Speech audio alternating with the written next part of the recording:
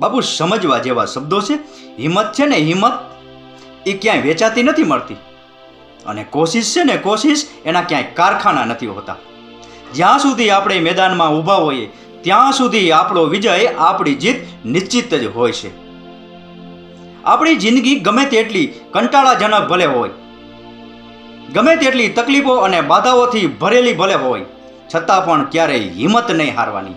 કારણ કે આ દુનિયા છે ને, દુનિયા એ ક્યારેય માય કાંગલાને સાથ નથી આપતી, હંમેશા હિંમતવાનને સાથ આપે છે. અને ભગવાન પણ ક્યારેય માય કાંગલાની પડખે નહીં, હંમેશા હિંમતવાનની પડખે જ ઊભો હોય છે.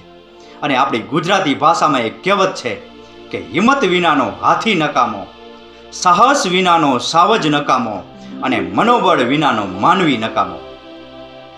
આપણી પરિસ્થિતિ ગમે તેટલી નબળી અને કમજોર ભલે હોય, પણ મનનું મનોબળ એટલું મક્કમ અને મજબૂત રાખો કે સમય પણ આપણી તરફેણમાં ફેસલો આપવા માટે મજબૂર થઈ જાય.